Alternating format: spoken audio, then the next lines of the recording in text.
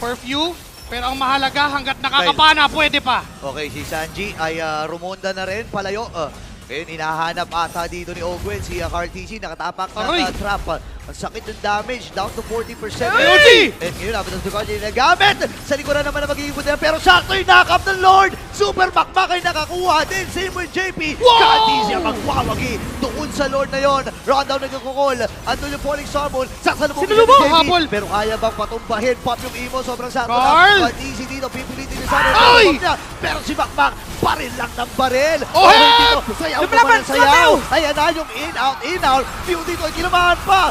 Naka-Abyssal Arrow and Trap. At si Carl TC ang lilinis ng lahat. It's gonna be a wipeout para din sa Team Falcons. Meron pang Lord doon sa may bandang itaas. Napakahaba. Nung naging team fight natin ngayon, nagkapalitan ng mga damages. Pero ito yata yung inaantay ng Team Falcons kasi si Sanford lang Sanford. ang dead depensa ngayon para sa TLPH. 10 seconds para kay JP. Ang tanong, kaya ba? Ang ganda ng paghawak.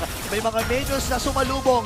Andun yung electrifying 3 beams seconds, JP. para maklear yung wave. Hawak pa rin ni Sanford. Isasakripisyo niya ata yung kanyang sarili. Pero ang may panglock. Sinalubong! May panglock ba dito si Kyle? Parang wala ata. JP sasalubong Ay! Yun sa baba!